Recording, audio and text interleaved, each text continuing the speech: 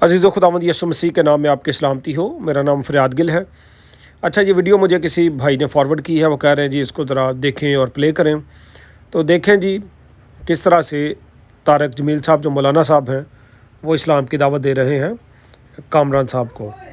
तो इशफाक अहमद साहब की ये वीडियो है, इसको देखें और शेयर करें। Thank you so much, God bless you.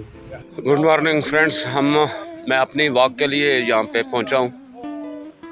अभी एक खबर पड़ी है कि मौलाना तारक जमील कामरान मसीह पायलट के घर पहुँचे हैं। 1 करोड़ रुपए का चेक भी ऑफ़र किया है और बहुत बड़े प्रोटोकॉल में पहुँचे हैं। बहुत गाड़ियाँ थी उसमें और तारक जमील को ने ऑफ़र किया है कामरान मसीह को कि इस्लाम कबूल कर लो। तारक जमील ने हमारी क्रिकेट टीम को ख़राब किया।